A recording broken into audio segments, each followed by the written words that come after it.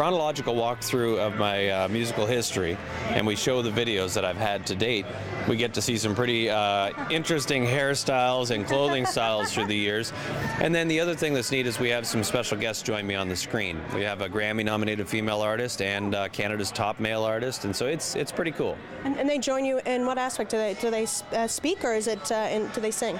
A bit of both. Yeah, it's kind of a surprise thing, but this is a whole new way of touring for me, and I love the high-tech aspect of this. We've got a great crew. It's the only 7-crew, one-man show that I know of. 7-crew, one-man show. Absolutely. What is that? That's just all the technical gear and everything? Yeah, we got the video guys, sound guys, and we got the bus driver, and it's crazy. It's pretty big. We roll pretty heavy for one guy. So you live in Barrie. My mom lives there. Hi, Mom.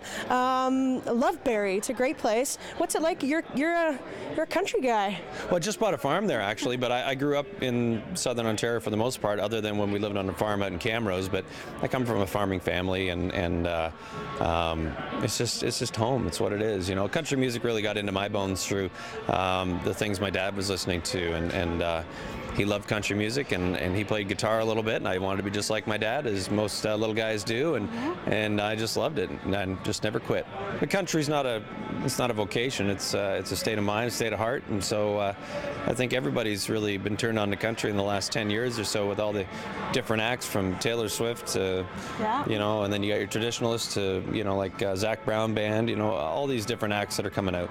Yeah, exactly. And so what's it? You have a farm. I'm interested about this. So you have a farm. So do you farm? What do you farm on this farm? Nothing yet. We had a house on it. We took the house down, and we're going to build there in the next couple of years. We lease the land out right now, but I would certainly love to do a little, get my hands dirty on my own land. That would be nice. Actually looking for a tractor right now. So if anybody's got a good deal on a tractor, hit my website at jasonmccoy.com, and maybe we can work a deal. But it's got to have a cab, heat and air,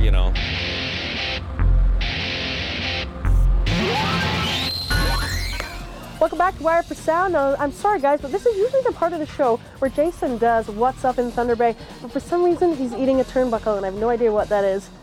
Wait a second. I think I just found him. Welcome back to Wired for Sound. I'm Jason Wellwood with What's Up in Thunder Bay.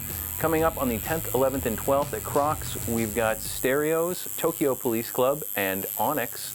We've also got Black Pirates Pub hosting a Music for Aid fundraiser for Japan on the 14th. The 15th has 2 CD release parties in town, Burns in Hell at Crocs, and Tracy Kay and Jamie Steinhoff at the Branch 5 Legion on Van Norman. As well that night, Andrea Ramelow is going to play at Black Pirate Pub. On the 16th, King Karma is going to play Jack's and bring hip-hop there. And on the 19th, the Rumble Strips are going to play at Jack's with a little bit of indie rock. This is just a tip of the iceberg of what's happening here in Thunder Bay. Check out tvshows.com for more information.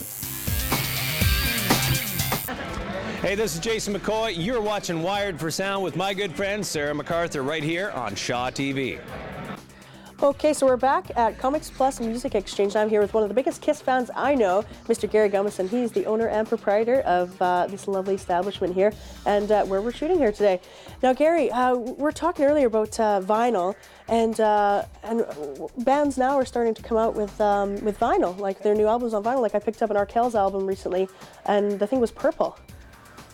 Yeah, that's neat. We were discussing why are people getting into vinyl, and we're thinking everybody's just downloading music now, and like there's not much to it. To look at something a physical aspect, you can, holding the vinyl, and it's big, and the cover art, the liner notes, people are really getting. And you don't get that on a CD. No, you don't. No. Well, especially you don't get that on a download. No. You're getting nothing. You get nothing. So people really want that. I think that hands-on, and then spinning the vinyl. It just seems like that's a big thing now for. Kids, even high school kids. To put them on the covers on the walls and stuff too. Yeah. And collecting is also a big as well, right? Yeah, there's some people who look at the different collectible aspects of records, and me being a big Kiss fan, I do know things of them. Like here we go, people will know the Kiss Rock and Roll album, Rock and Roll Over album. And which one's this one? Is this the American or Canadian? Canadian cover, yeah, everybody's used to. And then here's a Mexican pressing of it. Came out in the 80s when the album was, like 6-7 years old already, and like Eric Carr wasn't even in the band when they recorded that album, and he's on the cover. So it's just weird things that they do. Here's another absolutely different cover for the same album from Argentina. All the same. All the same. So really weird. That is cool. So different countries have different album covers. Yep. Oh yeah, they I can. learned something. And also, there's a couple of just Kiss albums. Show our viewers this Kiss albums. I think it's pretty cool. This is a little tidbit we're looking. Little tidbit. Here at the tip of the back cover of Kiss Live 2 with the songs listed. They're 5, 5, 5. That's what they ended up being. But here is what they wanted to do. They're going to add extra songs on it. You see there's Take Me, Hooligan, and Do You Love Me. They never did do it because, as you know, you put more songs on the record, the grooves get smaller, the quality goes down. Quality goes down. So they didn't want that, so they never did put those songs on the album, but they made the covers up. They nixed it. So they sent these out promos to the radio stations they're getting it for free. So what's the difference if the album? They can't complain that the song's not on there. But somebody sneaked out, so this cover in this shape you probably get for $2 the record. $2. This one, just for the cover, you're going to be paying over $200 for it. Seriously? Yeah, so it's pretty crazy. That's crazy, even though there's no vinyl made with the songs. No vinyl made with the songs. Just the cover. Absolutely just for the cover for 3 songs printed. Yeah. That's crazy. And also, speaking of bizarre, the Stones. Just check that Stones album out. So you're talking about the colored vinyl there, Kels. Well, here's one of the first gimmick covers of the day was the Stones album with the 3D cover for their Satanic Majesty's Request. I don't know if you can get that. Can you guys see that? But that was always a big deal back in the day. And there's an original pressing right there. So again, besides just listening to music, look, you get the visually now you're really getting stimulated. Yeah. So here we go. Now speaking of visual stimulation, of course, the king himself. Picture disc records are another thing for collectors. Here you are. You get the music's on there, but wow, we got beautiful pictures on both sides of the king. And of course, for fans, they're gonna love that. They can watch. You can watch them spin around as you're listening to the music. In your living room. Oh, the king! You gotta love him. So speaking of vinyl, thanks, Gary. Appreciate you giving us that little information.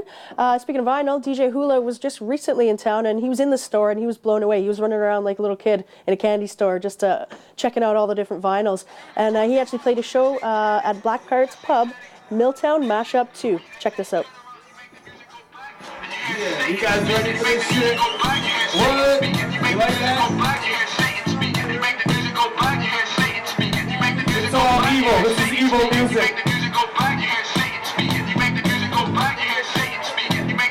I'm Tony Dekker. Yo, DJ Dustbuster, aka Michah Dowbak, Dust One, Dust Wonder. Burns in Hell, T-Bay all day, Wax Flows Intolerant. Yeah, and that was not rehearsed at all. So we're playing the Milltown Mashup 2. That's an event we organized 2 years ago. We flew Hoola down for that show. That was at the Rock House. And that went off really good, but we wanted to give Hoola a good Saturday crowd. So we brought him down for this Saturday tonight, Black Pirates Pub. It's going to be sick. We were all played at that last show at Rock House, and we're going to do it again. Milltown Mashup 2.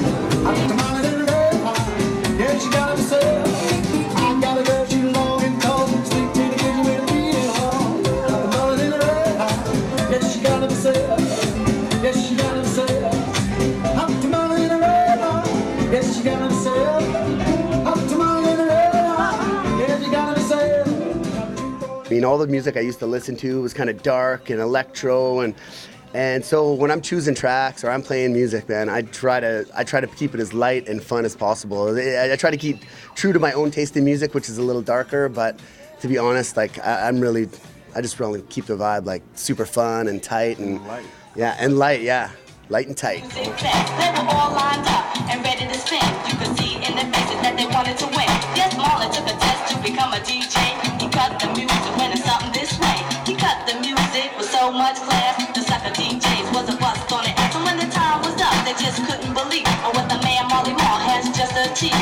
You get the people dancing on the wackiest jam, cause Marley Marl is one hell of a man. So to those DJs that think you're the greatest, just stop looking, listen, cause you haven't heard the Yo, my name is Hoola from Nelson, BC, and I'm here in Thunder Bay, and we're gonna play some funky music, disco and breakbeat and funk, and we're gonna see how Thunder Bay likes to party.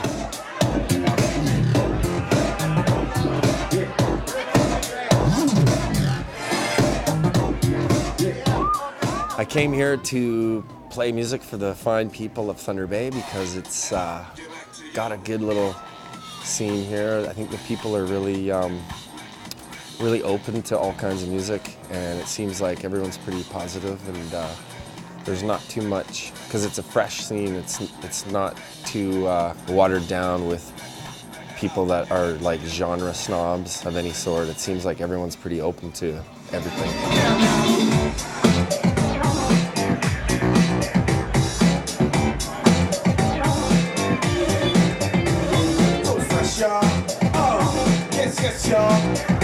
My dad was a musician, a folk musician from Thunder Bay, and he's really raised me up on lots of world music, and I just love hearing like all the different music from around the world, and I feel like like anywhere you go, really, people like don't get a chance to hear lots of cool sounds and cool feelings and cool groups, so I really like to share lots of fun music from around the world. That's a big thing that yeah, like stuff that people haven't heard before, stuff that people have to really, really dig to get. So and letting people like really like let loose and like open themselves up. Like lots of my friends before I started DJing, like I really got into lots of electronic music and funk and kind of like dance music before they did, and lots of people weren't really open to it. But then once you kind of like break people into the scene, they realize it's a lot of fun. And